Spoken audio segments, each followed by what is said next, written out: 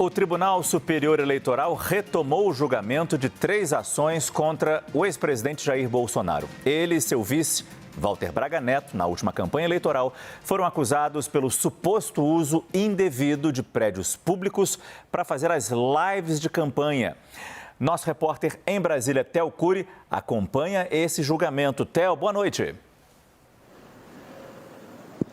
Oi, Márcio. Boa noite para você. Ótima noite para quem acompanha a gente. Retomado, então, esse julgamento no Tribunal Superior Eleitoral de 3 ações que questionam o uso dos prédios públicos, seja aqui do Palácio do Planalto, seja do Palácio da Alvorada, onde reside o presidente da República, para a realização de transmissões ao vivo nas redes sociais do então presidente Jair Bolsonaro. Isso em 2 ocasiões no ano passado.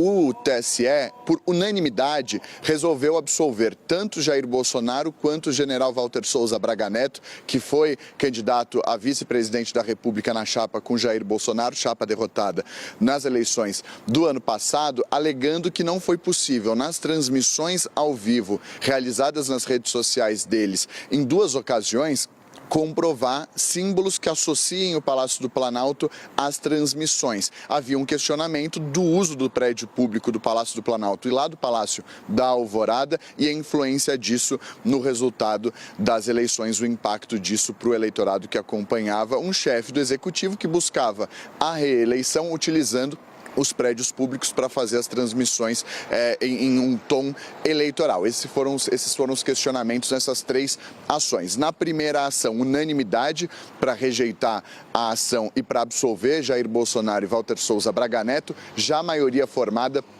para absolvê-los na segunda ação. Vendo aqui nenhuma atualização por enquanto, terminando esse julgamento, tem uma terceira ação contra os 2, mas a tendência é de que o Tribunal Superior Eleitoral absolva eles neste caso.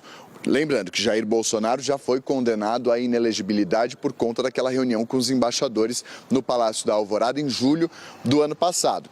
Aquele sim, um caso muito robusto que havia expectativa e foi confirmada da condenação só do ex-presidente da República a ficar 8 anos sem poder disputar as eleições como candidato. Agora, uma expectativa muito grande também com relação ao julgamento que vai acontecer no final do mês, também mirando Jair Bolsonaro e Walter Souza Braga Neto, por conta do uso do 7 de setembro para a promoção de uma campanha eleitoral. Isso deu muito o que falar no ano passado. O TSE, inclusive, chegou a rejeitar, a determinar a remoção do conteúdo do 7 de setembro na campanha de Jair Bolsonaro e de Walter Souza Braga Neto. Isso deu um problema na campanha de Bolsonaro no ano passado, que não pôde usar essas imagens da comemoração dos 200 anos da independência do Brasil na campanha, na corrida eleitoral do ano passado, e a tendência é de que ele possa sim ser condenado. Então, esses casos de hoje já eram aguardados, que não dariam problema, não dariam uma dor de cabeça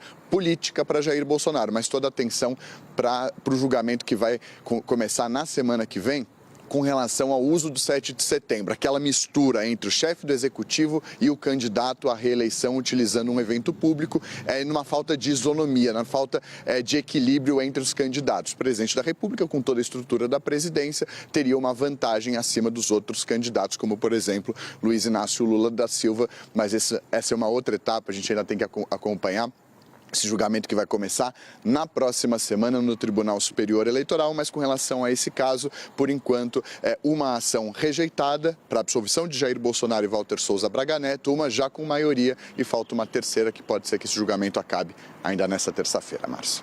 Muito obrigado, Theo Cury, que falou com a gente ao vivo de Brasília.